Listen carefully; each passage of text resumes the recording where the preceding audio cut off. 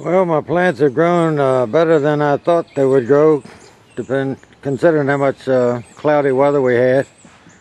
I was looking to put these in the ground probably the third week, maybe 1st of June. I had to raise this thing up because they're growing so high, and I got too many plants in there to use the one that's tall enough for it. I got a squirrel in here the other day, and he knocked down a bunch of these Sweet Million plants. He didn't break any of them, but he definitely knocked them over. Generally, if you don't mess with them, they'll stand upright until you first start to touch them. I generally like to have them 36 inches tall when I plant them. And that's about where they are. They're probably 62 days old from when we planted the seeds. And that one right there is touching the wire. They grow pretty quick at this point in the game. When I put these in the ground, it'll be about 15-18 inches or more up the stake, and in 3 weeks they'll be 4 or 5 feet tall. They really do take off.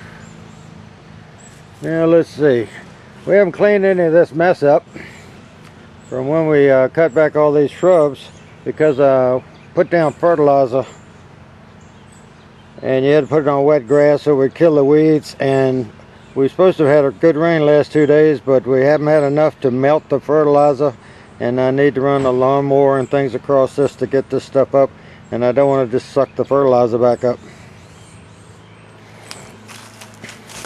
And the dahlias I bought at the 50% off sale are growing pretty good.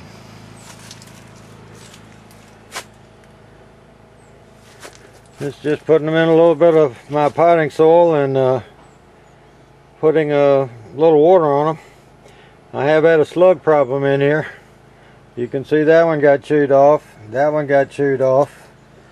Some of my peppers got chewed off. They ate a few zinnias. I've killed 9 in here so far. And I think they must have come in the bag with the dahlias, is the only thing I can think of. And when I planted these, since there was nothing growing in them, they left the pots and came over here and got on these pepper plants. And then once these came out, they went back on these. Another thing I told y'all about putting Miracle-Gro on your tomatoes, and I've been putting just a little bit on them. Well, now that they're big adult plants, they're not fully mature, but they're in their 20s. When they die in the fall, they'll be 80-90 years old if you want to figure it with human life. And right now I put 1 teaspoon level of Miracle-Gro in 1 gallon of water, and that's what I water them with. Thanks for watching.